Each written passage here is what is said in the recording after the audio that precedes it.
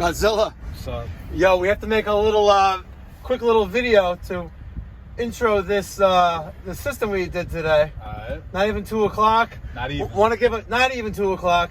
Let's give a shout out to Cisco Kid. Cisco Kid. Cisco Kid from Bethlehem, East Stroudsburg, Pennsylvania. Good old Cisco Kid. You know you want what you're about to watch right now. All right. This morning, we're taking out this HTP combi high efficiency boiler. And these guys put it in 2013. It's been a problem since day one. Almost since day one. Almost since day one. I think they were here like literally a few months after. Yeah. Like a problem.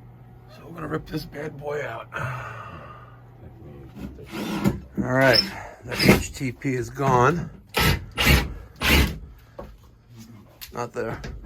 I got Steven securing the 3/4 plywood to the 2x4 wall.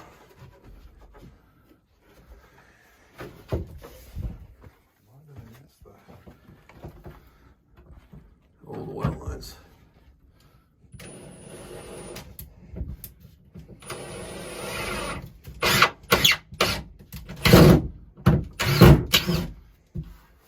What's going on, Steven? Come on. I don't know why I'm not grabbing that. Because you're too far to the right. Why don't you get a tape measure and then measure off there, real quick. No, off the wall. Steven, go off that wall right there to the center of the stud that you're trying to screw into. To the center of the stud that you're trying to screw into. Okay. What do you have? 41. Okay. What do you got now? Look, you're an inch way off. Oh, yeah. All right, get a screw in there. Use your head.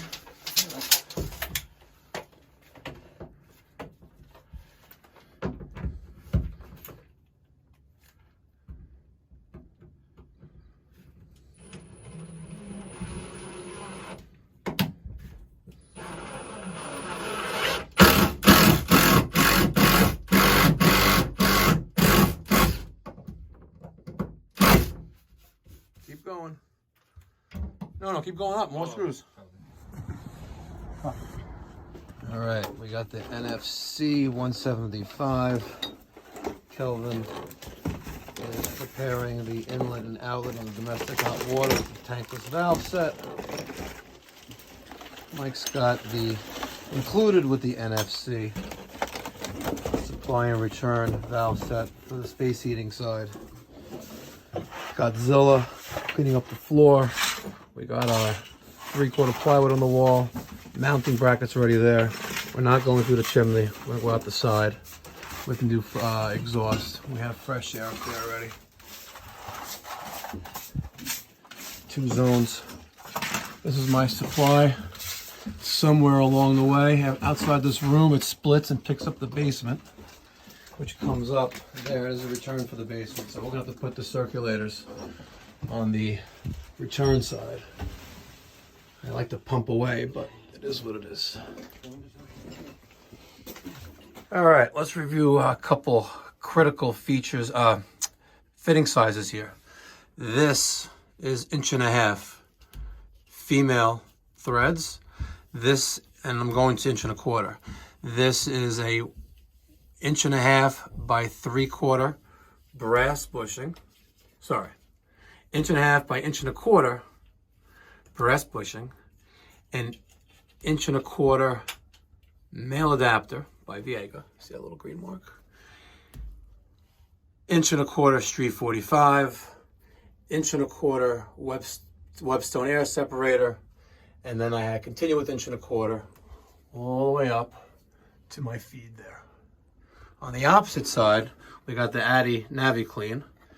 So here, I'm just using a 1.5" male adapter, an 1.5" slip by 1 inch reducing coupling, small piece of 1 inch copper pipe.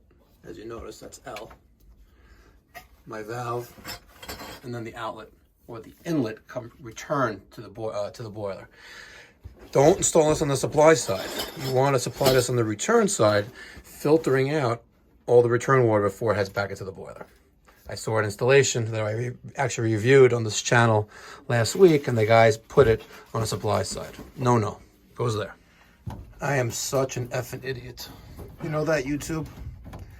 It doesn't get any dumber than St. Mike. Do you see what I'm staring at? That is a 2-zone Takeo switching relay for circulators. Right, because I got one circulator there, one down there. But I'm installing an NFC. I am such an effing idiot. And I blame it on Kelvin for not reminding me the NFC has the capabilities to internally wire 3 zones. I'll blame Mike too. Why not? And when Godzilla comes down, I'll blame him as well. All right.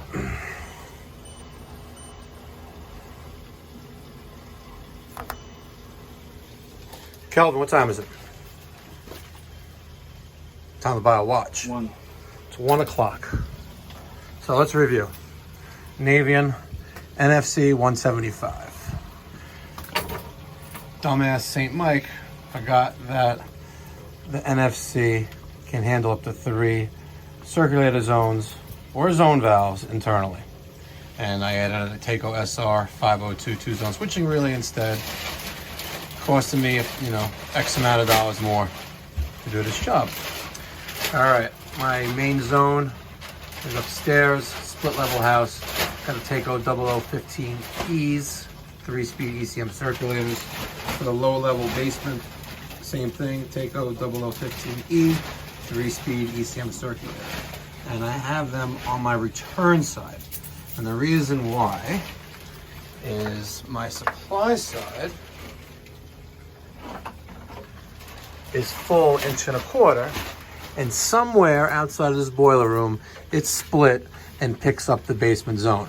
So in the previous install, if you saw in the beginning of the video, we had the 2 zone valves on the return side, as well as the circulator. So I had to follow that. You do have to flip the bodies around and make sure that's always upright. My arrow is pointing down, back to the boiler. And over here, my arrow is pointing up. So I didn't have to modify that one at all. Got to add a drip leg for the domestic hot water side.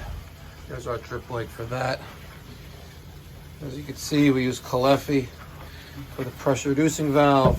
I got my backflow preventer there. I have my Webstone air separator. Very nice, neat install today. Very nice, neat, clean install. Beautiful. Sweeping up, and we're done.